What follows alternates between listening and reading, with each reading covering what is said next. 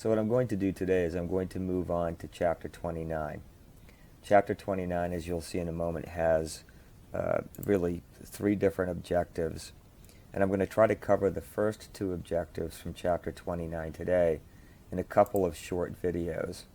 The last objective we'll save for Monday, and on Monday I hope to complete both the last objective of this chapter and I hope to introduce you to present value type calculations. So this chapter has basically three objectives. The first objective is to explain how monetary policy works in the aggregate supply and aggregate demand model. This is largely a review of stuff that we already talked about a couple of chapters ago. The second objective in this chapter is to understand the structure of the Fed as a quasi-governmental agency. So we'll talk about the Fed, how it's structured, just a brief overview of the history of the Fed, and what duties they conduct, including monetary policy, but also the other types of things that happen at the Fed and types of things that they are responsible for. The third objective is to discuss how the Fed actually conducts monetary policy. This will be a review of the three tools of conventional monetary policy. So in the previous chapter, I told a story where the Fed basically printed money, or had the Treasury print money, just knocked on my door in the morning, handed me a new $10,000 bill. I walked to the bank and deposited it, and then we talked about the money creation process and the deposit creation process through the loaning activities of commercial banks. That, of course, is not the way the Fed really conducts monetary policy. In order to understand how the Fed conducts monetary policy using conventional monetary policy in this chapter, we'll have a whole chapter for unconventional monetary policy and the financial crisis. But in this chapter, we're going to talk about the three tools that the Fed has at its disposal to increase the money supply rather than just printing up currency and handing it out to people. That will be objective 3. We will cover that in class on Monday, and additional topics there will include, as you'll see in the slides to follow, both a discussion of what's called the Taylor rule, which involves some simple calculations, and I'm going to talk about the relationship between short-term and long-term interest rates, which I closed the last chapter with. That's going to be called the yield curve. So all of that will come in Monday, in Monday's class. So objective 1 for this chapter, then, to be clear about what our objective is, here I want to explain how monetary policy works in the aggregate supply, aggregate demand model. We already know the aggregate supply, aggregate demand model. We've covered it very completely, and I just want to remind you of what monetary policy looks like in this model. I'm going to review how expansionary monetary policy works. Expansionary monetary policy will work to lower the interest rate, and it will stimulate the economy. And then we'll also talk about a contractionary monetary policy. And it will just work in the opposite direction of an expansionary monetary policy here. Okay. It will decrease the money supply in that case, which will raise interest rates, and that will shift aggregate demand to the left. And I'll show all of that to you in a graph again. The second objective, or the second sub-objective under objective 1, is to understand the Fed's goals. The Fed is charged by Congress to do two things: maintain stable inflation, a stable price level, predictable inflation rate at a target rate, which the Fed considers to be about 2% inflation. Okay, and at the same time, the Fed is charged with maintaining unemployment close to what we've been calling the target rate of unemployment. And I want you to appreciate, first of all, that not all central banks across the world are charged with both of those different goals. Many central banks are charged simply with price stability and fighting inflation without looking at the unemployment rate.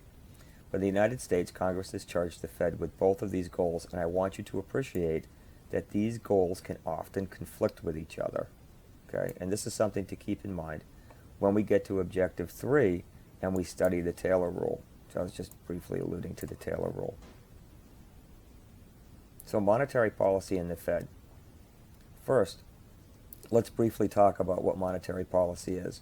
The Fed has a number of different responsibilities, including, monitoring the health of the economy in different regions of the country, producing good quality data that economists use in their research, promoting research, regulating the banking system, etc. But when we think of the Fed, the first thing that we typically think about, or at least one of the two things, I think regulation is one also, but one of the things we really think about first is monetary policy, just setting the course of interest rates in the economy in order to either stimulate the economy or rein the economy in or rein inflation in, contractionary and expansionary monetary policy.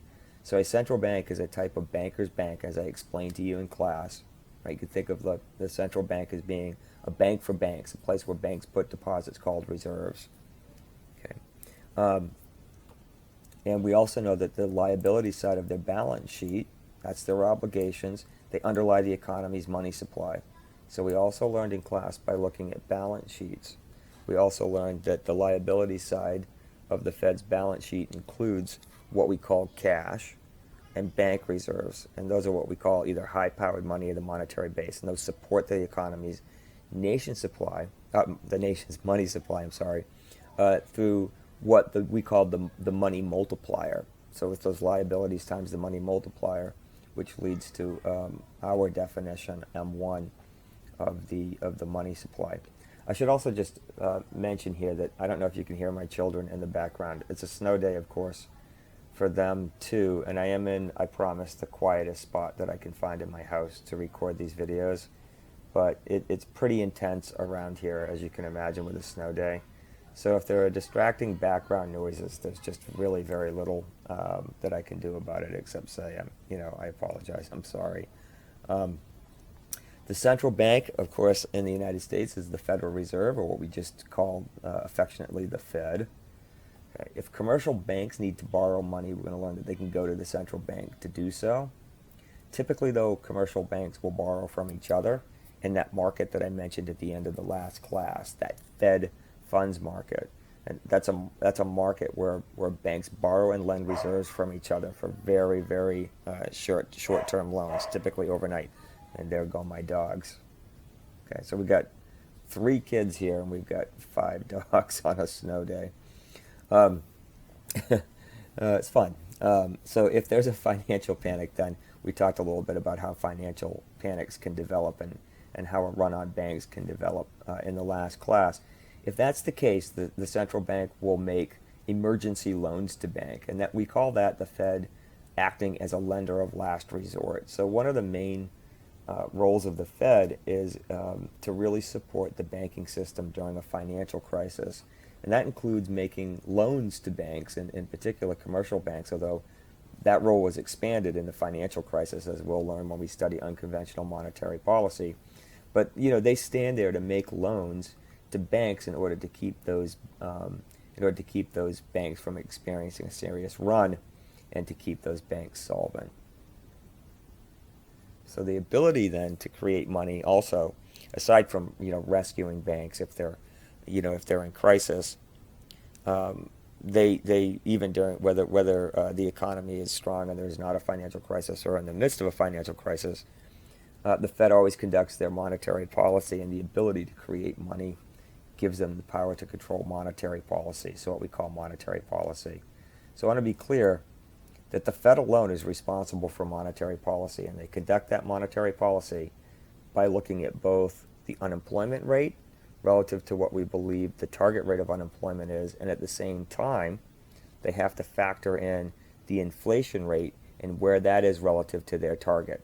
And their target inflation rate is about 2% inflation.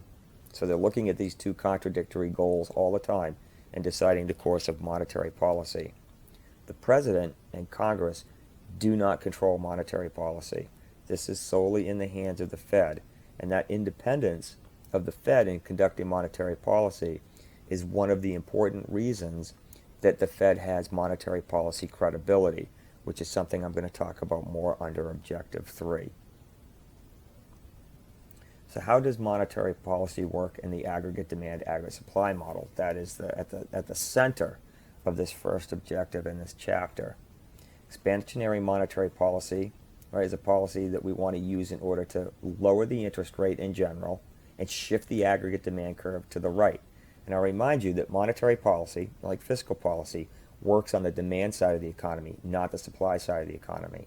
So in this model, when we change the money supply, we're going to shift aggregate demand and aggregate supply.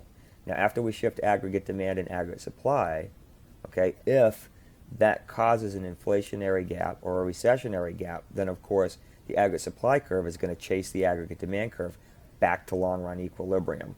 But everything here is going to start with a change in monetary policy and therefore a shift in aggregate demand.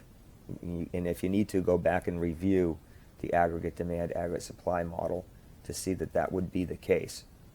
Okay, so here's the logic. I increase the money supply. That lowers the interest rate. That increases investment, and the increase in investment, potentially with a multiplier effect, increases equilibrium GDP.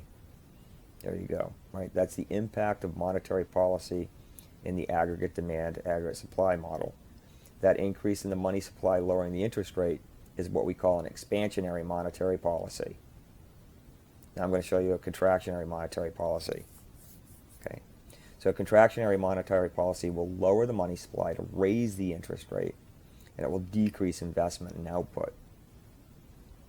So we decrease the money supply. That raises interest rates in this case. That lowers investment and lowers GDP. Contractionary monetary policy. This whole sequence of events should be fairly obvious to you after the interest rate drops. I'm going to just concentrate on the expansionary story here. You can reverse everything I say for the contractionary part. But this should be this line of logic from here on should be fairly obvious to you, I hope. If I lower interest rates, more investment projects become profitable, right? And so that means that, through the financial markets as a conduit for savings, more firms undertake investment projects, and investment is one of the key components of aggregate expenditures, so when they go up, GDP increases. Okay, fairly obvious. I want to make sure also that you understand the relationship between changing M and how that actually impacts the interest rate. So when I increase the money supply, people are really holding on to more money than they need in order to meet their transactions demand for money. What do they do with this extra money? Well, there's no sense in holding it in cash because cash doesn't really offer much of an interest rate or much of a return. Remember, I told you to think about the interest rate as the opportunity cost of holding on to that money. So as they economize on their money holdings, they're going to buy bonds. But when you buy bonds, that pushes bond prices up. And we've already looked at the mathematics, and we know that when bond prices increase, interest rates drop. So there you go. That's the more complicated piece of this line of logic, I think, to explain. But there it is. Okay, so here we are in the aggregate demand, aggregate supply model, and I'm going to show you how the monetary policy impacts GDP. So here we are starting out at equilibrium in aggregate demand, aggregate supply. Right, make sure I've drawn everything correctly here. We've got the price level on the vertical axis. That's kind of our proxy for inflation. We've got real output here. Remember, real output goes up, the unemployment rate drops via Okun's rule of thumb. And then we've got an equilibrium starting point in the model. Okay, I've left long-run aggregate supply out of the picture for now, just to clean the graph up, so it's easier to follow and doesn't get too cluttered. So here I'm going to expand the money supply. So the expansionary monetary policy shifts the aggregate demand curve to the right. Now there's all this stuff that's going on behind the scenes, as we saw in the last graph. I'm increasing the money supply, so people are out there buying more bonds, and bond prices are going up, and interest rates are dropping, and firms are seeing those interest rates drop, so they're going out and they're making more, taking out more investment loans and increasing the demand for goods and services because they're increasing their investments. All that's happening behind the scenes, but all we see in the aggregate demand, aggregate supply model is the increase in GDP, right, according to the line of logic in the previous graphic or slide, and we also see that the price level is going up. Okay, so what I want to point out to you is that as the unemployment rate drops with the increase in GDP, inflation is also picking up.